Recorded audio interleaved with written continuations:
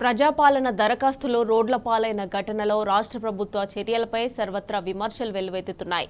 తప్పు చేసిన వారి విషయంలో పక్షపాతం చూపిస్తున్నారన్న ఆరోపణలు వినిపిస్తున్నాయి. ఉన్నతాధికారుల తీరుపై కింది స్థాయి ఉద్యోగులు ఆగ్రహాన్ని వ్యక్తం చేస్తున్నారు.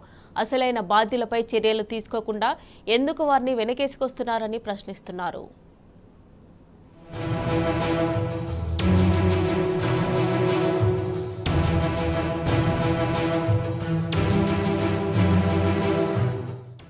ప్రజాపాలన దరఖాస్తుల విషయంలో రాష్ట్ర ప్రభుత్వం నిర్లక్ష్యంపై సర్వత్రా విమర్శలు వెల్లువెత్తుతున్నాయి. ఏదైనా తప్పు జరిగినప్పుడు కింది స్థాయిలో ఒకరిని బలిపశువును చేయడం, చేతులు దులుపుకోవడం జీహెచ్ఎంసీకి పరిపాటిగా మారింది. తప్పు జరగడానికి మూలమేంది, అందుకు నిజమైన కారకులెవరు అన్న కోణంలో విచారణ జరగడం లేదు. ఒకవేళ జరిగినా అసలైన బాధ్యులపై చర్యలకు ఉన్నతాధికారులు వెనుకంజ వేస్తున్నారు. నిజానికి తప్పు చేసిన వారిని వెనుకేసుకు వస్తున్నారన్న విమర్శలు వస్తున్నాయి. రాష్ట్ర ప్రభుత్వం ప్రతిష్టాత్మకంగా చేపట్టిన ప్రజాపాలనలో ప్రజలు క్యూలైన్లో గంటల కొద్దీ నిల్చొని ఎన్నో వ్యయ ప్రయాసాలు కోర్చి సమర్పించిన దరఖాస్తుల గతి ఏమైందో 2 రోజులుగా ప్రజలు చూస్తున్నారు.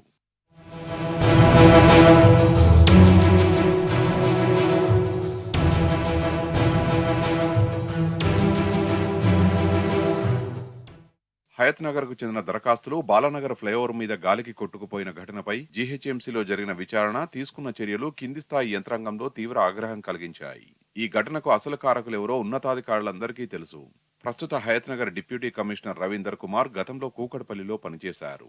ఆ బంధంతోనే స్వయంగా చొరవ తీసుకుని దరఖాస్తులను ఎంట్రీ కోసం అక్కడికి పంపారు. కూకట్పల్లిలోని ధర్మేందర్ ఏజెన్సీకి 14,000 దరఖాస్తుల్ని ఎంట్రీ చేసే బాధ్యతలు ఇచ్చారు.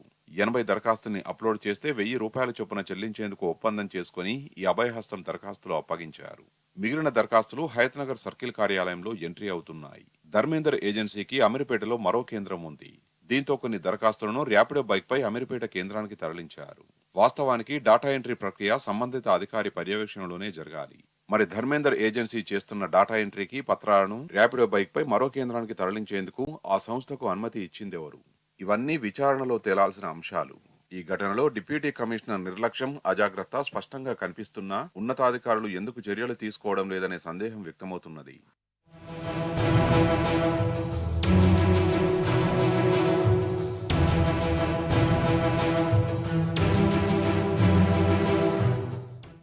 దరఖాస్తు తరలింపులో నిర్లక్ష్యం వహించిన ఏజెన్సీపై పోలీసులకు ఫిర్యాదు చేసినట్లు డీసీ రవీందర్ తెలిపారు. కానీ కూకట్పల్లి, బాలానగర్ పోలీస్ స్టేషన్లలో ఎక్కడా ఇలాంటి ఫిర్యాదు రాలేదని పోలీసులు తెలపడం గమనార్హం. హయత్ నగర్ ఘటనలో టీం లీడర్ పై వేటు వేసిన ఉన్నతాధికారులు ఇదే రీతిన కుత్బుల్లాపూర్ లో జరిగిన విషయంలో మాత్రం టీం లీడర్ కు నోటీసు ఇచ్చి సరిపెట్టడం కూడా యంత్రాంగాన్ని విస్మయానికి గురి చేస్తున్నది. కుత్బుల్లాపూర్ కార్యాలయం నుంచి డాటా ఎంట్రీ ఆపరేటర్లకు దరఖాస్తులు పలహారంలా పంపిణీ చేసిన అక్కడ అధికారులపై చర్యలు తీసుకోకపోగా టీం లీడర్ భార్గవ నారాయణకు నోటీసు మాత్రమే ఇచ్చారు. బాలానగర్ ఫ్లైఓవర్ ఘటనపై విచారణ జరిపిన అధికారి డీసీ నిర్లక్ష్యాన్ని తన నివేదికలో ప్రస్తావించినట్టు విశ్వసనీయంగా తెలిసింది. కానీ ఉన్నతాధికారులు ఈ వాస్తవాన్ని పరిగణలోకి తీసుకోకపోవడం, కుత్బుల్లాపూర్ విషయంలో భిన్నంగా చర్యలు తీసుకోవడంపై జీహెచ్ఎంసీ యంత్రాంగం ఆగ్రహం వ్యక్తం చేస్తున్నది. చర్యల విషయంలో అందరికీ ఒకే రూల్ను వర్తింపజేయాలని సంఘాలు డిమాండ్ చేస్తున్నాయి.